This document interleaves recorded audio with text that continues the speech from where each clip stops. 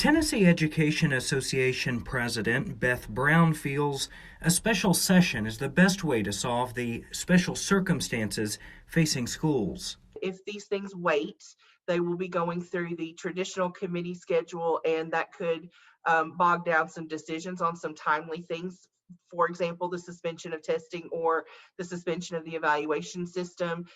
If you move those through the regular session, it could be much later when a decision is made, and that could impact decisions that school districts are making about how to utilize their time and resources. TN-ready testing is a key issue in which Brown is advocating a change. State Representative Gloria Johnson not only feels teachers should be immune to results, she wants it scrapped altogether. We shouldn't be giving that test at all because it's a standardized test by definition.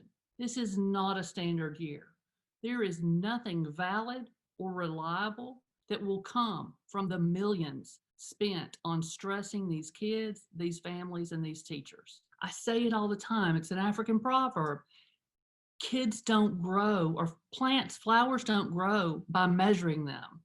They grow by feeding them. We need to be feeding these kids knowledge, and we need to be having learning time. Testing time is not what we need. The TEA also wants to see more money for teachers exposed to the virus. Educators are being exposed, and so we see not only students moving in and out of quarantine, but educators as well, and they are burning through their leave time. And so we need the General Assembly to fund some extended sick leave time so that educators are not bearing the financial brunt of COVID-19 and the pandemic and its impact on our schools. Brown also hopes lawmakers will fund districts according to last year's enrollment. As we are contemplating how to fund our schools, we cannot cripple our districts by penalizing them for decreased student enrollment, particularly when we are optimistic and when we look ahead at life post COVID-19, and the reality is that the majority of students that have left the public school system will likely come back. Funding cuts are impacting East Tennessee school districts.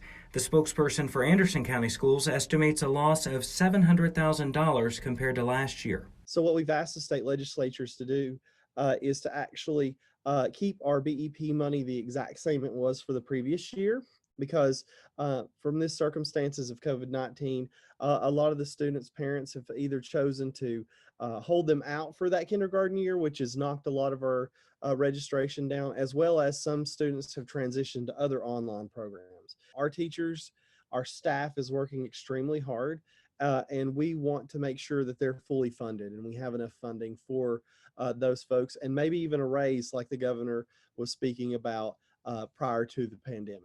Educators are absolutely running on fumes. Educating during a pandemic poses challenges for which we have never been trained, for which we could not have ever been prepared. And yet Tennessee's educators are certainly rising to the challenge. Brown would also like to see state dollars for more staff, including math and reading specialists, counselors, and nurses. The tab for more school nurses this year in Anderson County is $300,000.